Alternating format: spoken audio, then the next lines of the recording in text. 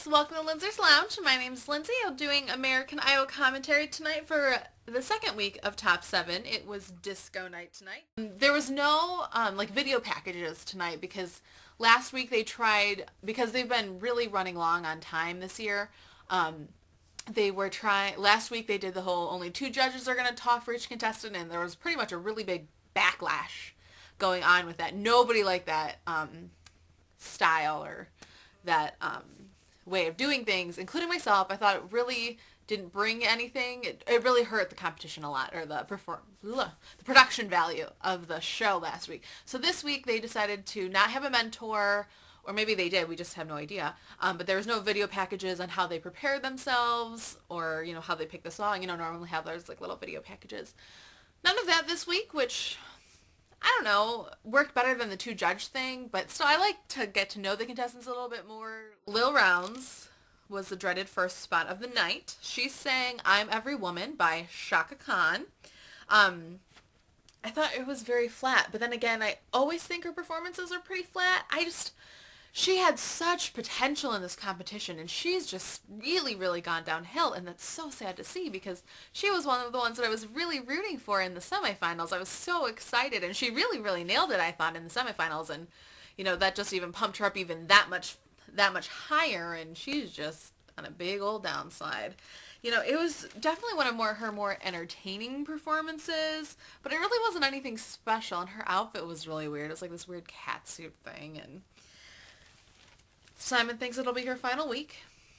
With two going home this week, I definitely think she'll be in trouble. Chris Allen was next. He sang, get this, if you didn't see it, Works Hard for the Money by Donna Summer.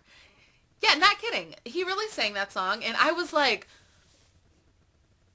huh? Really? No, Chris, you're better than that. Best performance of the night, in my humble opinion. It was so cool because this kid knows who he is, knows what he wants to do when he leaves this show. He does the same kind of thing every week, but if you put all of these songs that he's done together, minus maybe one or two of them, it could be his freaking album. It's that, he's that good, and they all, kind of follow the Jason Mraz style, which really, really works for him, and he knows it, and he's good at it. So keep doing what you're doing, Chris, because you are rocking. It was a solid, solid performance tonight. And, I loved it. All the judges really, really liked it, too. So I hope he's going to stay. I don't see him going home this week. Danny Goki was next. He sang September by Earth, Wind, and Fire, like a disco staple. I guess most of these songs are. He was pretty solid all the way through. I think normally he's really kind of weak at the beginning, and then he brings everything at the end. But the past couple of weeks that he's sung, he's been better at that. But I thought he had really good energy. His vocals really are awesome. Paula said that he has the sexiest voice ever. Yeah, he really does. But, ever since he stopped kind of pimping his dead wife, he really doesn't have anything interesting about him. Yeah, I'm glad that he's not pimping his wife anymore, but he's kind of dull. Really, I don't know. I don't see him really making a big mark on the entertainment industry just because he's not very interesting. But he can definitely sing, and if anything, he'll be adult contemporary, which, there's, I'm sure, a big market for it. It's just probably not anyone's top choice of getting in the entertainment industry is becoming a adult contemporary artist, but maybe for him it is, and I'm sure he would probably do the best in that genre. Alison Errejeta was next. She sang Hot Stuff by Donna Summer. I think there was 3 Donna Summer songs tonight, so she definitely got some money out of it, which is good, I guess.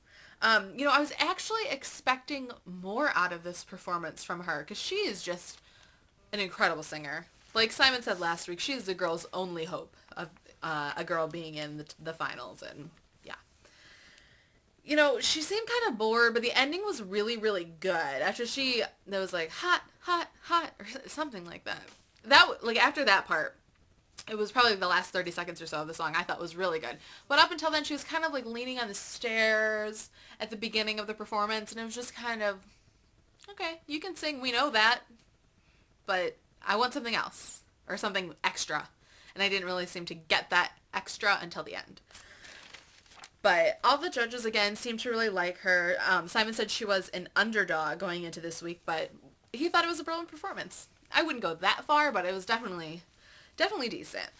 Adam Lambert was next, and I think I might be the only person in America who hasn't drank the Adam Lambert Kool-Aid. He sang If I Can't Have You from the Saturday Night Fever soundtrack.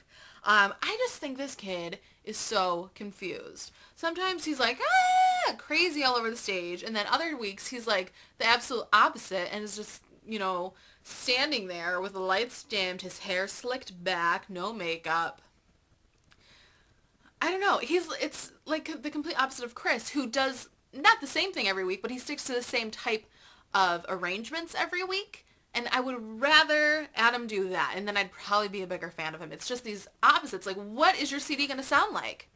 Some people that like you maybe will like one half of this album, and the other people will like the other half of the album. But you want everybody to like everything. I don't know. I mean, he can sing. It's too, like, his voice is too high for my taste. And this shrieking, especially in this performance today, so unnecessary. Oh my gosh. I'm sure I'm going to get a lot of hate mail for this, but it's just my opinion. I'm sure you all like Adam. I just don't. Whatever. Matt Gerard was next. It was kind of symbolic that he's saying Staying Alive because last week everybody knows, he was saved from elimination. So, and I thought this week, Staying Alive, sung by the Bee Gees, was really, really well suited for him. Somebody said that he didn't think the song, I think it was Randy who said that he didn't think the song was a good song choice. I thought this was like the perfect song for him because he really does remind everybody or a lot of people of Justin Timberlake, which is fine. Definitely rocking the hat, covering up the mole thing on his forehead. But, Justin Timberlake does those Barry Gibb talk shows on Saturday Night Live. So I don't know. I just thought it all kind of worked for him this week. And he changed up the arrangement a little bit. Not like totally changed it up, but just enough, I thought, as to where he put a cool, like, more modern vibe to it. I really, really liked it. I thought he did a really good job, and his vocals were really, really strong this week. So, I don't know. He was definitely fighting for his life. I didn't feel it was desperate, like Simon said, but he was definitely showing that he is in this competition, and he wants to stay in the competition, which is what he needed to do this week, and I think he did it very well. So, good for him. I don't know. I'm kind of worried about some of these people, though. Last of the night, Pimp Spot was Anoop. He sang Dim the Lights. I think might be Donna Summer, but I'm not positive. I thought he started the song off on the wrong note. It just kind of threw a lot of it off for me. And it was awkward, too. He was just kind of like walking around on stage, and it kind of built up a little bit and got a little bit faster, but not as fast as I thought as it needed to. And same thing with Allison's performance. There could have been a lot more as far as the arrangement goes. And it was just lacking. And like some of the transitions between like the chorus and the verse was just awkward. It was just kind of like one extreme to the other. I don't know. It's hard to describe. It just didn't really work for me. His vocals were good, though. I mean, I think he really always can have good vocals, but it just didn't work, except in that last note, though. That was kind of rough. Simon, all the judges except for Simon thought he actually did pretty good this week. Simon thought it was his worst performance. Definitely wouldn't go that far. Beat It, probably of all of them, was his worst. Last week, absolutely his best. Oh my gosh, I think that was my number one pick of the night last week. It was so good. But as far as my rundown of the top 7, I have number 7, Lil Rounds. Number 6, Adam Lambert. Sorry, guys. Number 5, Anoop Desai. 4, Danny Goki. 3, Allison Arajeta. 2, Matt Gerard. And number 1, Chris Allen. Again, I think I had him one other week as my top choice. Tomorrow night, David Archuleta will be performing. They didn't mention any other people, which I'm really happy about, because you guys know, if you guys have watched our videos before, that I don't like when people that aren't affiliated with American Idol come back and sing. I like it when American Idol alum came back and sing. So hopefully tomorrow night it will just be David Archuleta, even though I wasn't like a huge fan of his last year. I'd much rather see him than somebody else performing like Florida. But I definitely think there's no way that Lil will survive tomorrow night. I definitely think she's going home. As far as the second person, it really, I think for me, is kind of a toss-up. I have Adam as the second bottom. Please, there is no way this kid's going out. um, I don't know. Really, I think it might be a toss-up between any of the other people, except maybe for Chris, because he really, really wowed tonight. So Matt, Allison, Danny, and Anoop could all be in danger of going home, too. I hope it's not Matt. I really think he did better than, like, Danny. You know, he has never been in the bottom 3 yet, so maybe, I don't know. He's just so boring. I don't know why people are really still voting for him, because he's really kind of boring. But I don't know. I guess we'll have to see tomorrow night. And if you guys want to leave us questions, I'm not sure if Antonio's going to be here tomorrow night, but if he is, or even if he's not, I'll answer some questions for you guys. You know, regarding American Idol, not regarding American, I do that every video. American Idol, whatever you want. I'll try and answer it. Yeah, I'll try. Okay, bye guys.